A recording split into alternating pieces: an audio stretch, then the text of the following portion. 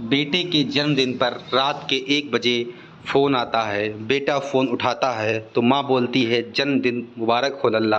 बेटा गुस्सा हो जाता है और माँ से कहता है सुबह फ़ोन करती, इतनी रात को नींद ख़राब क्यों की, कहकर फ़ोन रख देता है। थोड़ी देर बाद पिता का फ़ोन आता है। बेटा पिता पर गुस्सा नहीं करता बल्कि कहता है सुबह फ़ोन करते। फिर पिता ने कहा मैंने तुम्हें इसलिए फ़ोन किया कि तुम्हारी माँ पागल है जो तुम्हें इतनी रात को फ़ोन किया।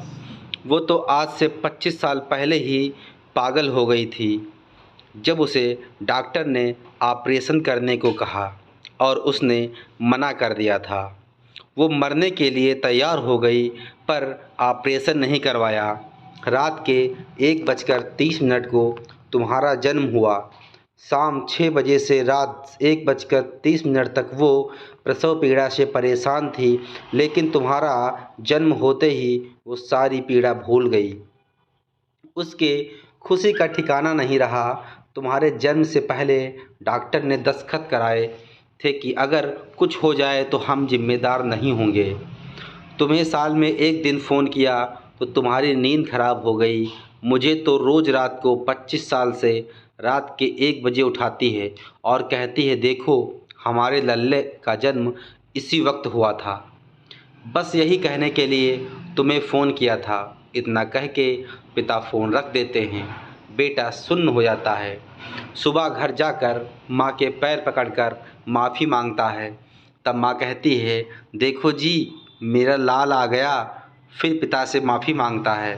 तब पिता कहते हैं आज तक ये कहती थी कि हमें कोई चिंता नहीं, हमारी चिंता करने वाला हमारा लल्ला है।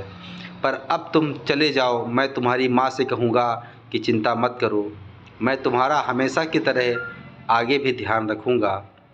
तब माँ कहती है माफ़ कर दो जी, बेटा है हमारा। सब जानते हैं दुनिया में एक माँ ही है जिसे जैसा चाहें कहो फिर भी वो गाल पर प्यार से हाथ फेरेगी। पिता अगर तमाचा न मारे तो बेटा सर पर बैठ जाए, इसलिए पिता का सख्त होना भी ज़रूरी है। माता पिता को अपनी दौलत नहीं बल्कि आपका प्यार और वक्त चाहिए। उन्हें प्यार दीजिए। माँ की ममता तो अनमोल है दोस्तों। कहानी अच्छी लगी हो तो हमारी वीडियो को लाइक कीजिएगा और हमारे चैनल को भी सब्सक्राइब कीजिएगा। दोस्तों एक और बहुत ही दिलचस्प कहानी हम आपके लिए लेकर के आए हैं। अपने माता पिता का दिल न दुखाओ। शादी की सुहाग सेज पर बैठी एक स्त्री का पति जब भोजन का थाल लेकर अंदर आया तो पूरा कमरा उस स्वादिष्ट भोजन की खुशबू से भर गया। उस स्त्री ने अपने पति से निवेदन किया कि माँ जी को भी यही बुला लेते तो हम तीनों बैठकर भोजन करते। पति ने कहा छोड़ो उन्हें, वो खाकर सो गई होंगी, आओ हम साथ में भोजन करते हैं। उस स्त्री ने पुनः अपने पति से कहा कि नहीं, मैं उन्हें खाते हुए नहीं देखा है। तो पति ने जवाब दिया कि क्यों तुम जिद कर रही हो, शादी के कार्यों से थक गई होंगी इसलिए सो गई होंगी, नींद टूटेगी तो खुद भोजन कर लेंगी, तुम आओ हम प्यार से खाना खाते हैं। उस स्त्री ने तुरंत तलाक लेने का फैसला कर लिया और तलाक लेकर उसने दूसरी शादी कर ली। और इधर उसके पहले पति ने भी दूसरी शादी कर ली। दोनों अलग अलग सुखी घर गृहस्थी बसाकर खुशी खुशी रहने लगे। इधर उस स्त्री के 2 बच्चे हुए जो बहुत ही सुशील और आज्ञाकारी थे। कई वर्ष बीत जाने के बाद एक दिन वह औरत अपने बेटों के साथ यात्रा पर गई हुई थी।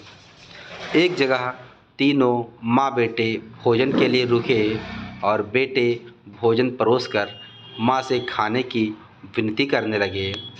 उसी समय उस स्त्री की नज़र सामने एक फटेहाल, भूखे और गंदे से एक वृद्ध पुरुष पर पड़ी जो इस स्त्री के भोजन और बेटों की तरफ बहुत ही कातर से नज़र से देख रहा था।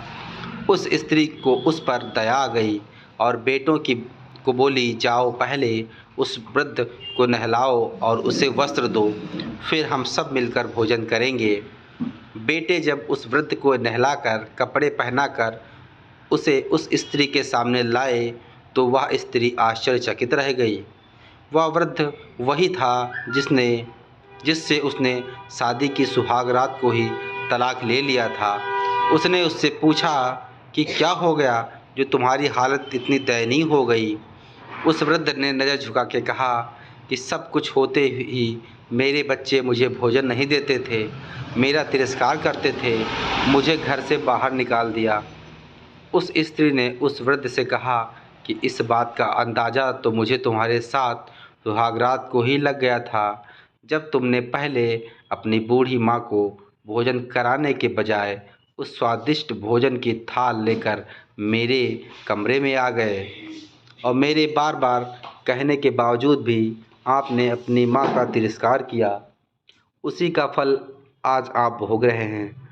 माता पिता के साथ तुम्हारा सलूक एक ऐसी कहानी है जिसे लिखते तो तुम हो, लेकिन तुम्हारी संतान तुम्हें पढ़कर सुनाती है। जैसा व्यवहार हम अपने बुजुर्गों के साथ करेंगे, वही देख देख कर हमारे बच्चों में यही गुण आता है कि शायद यही परंपरा होती है। याद रखना, माँ बाप नाराज़ तो ईश्वर नाराज़। दोस्तों, ये कहानी अच्छी लगी हो तो हमारे वीडियो को ज़रूर लाइक कीजिएगा और हमारे चैनल को ज़रूर सब्सक्राइब कीजिएगा।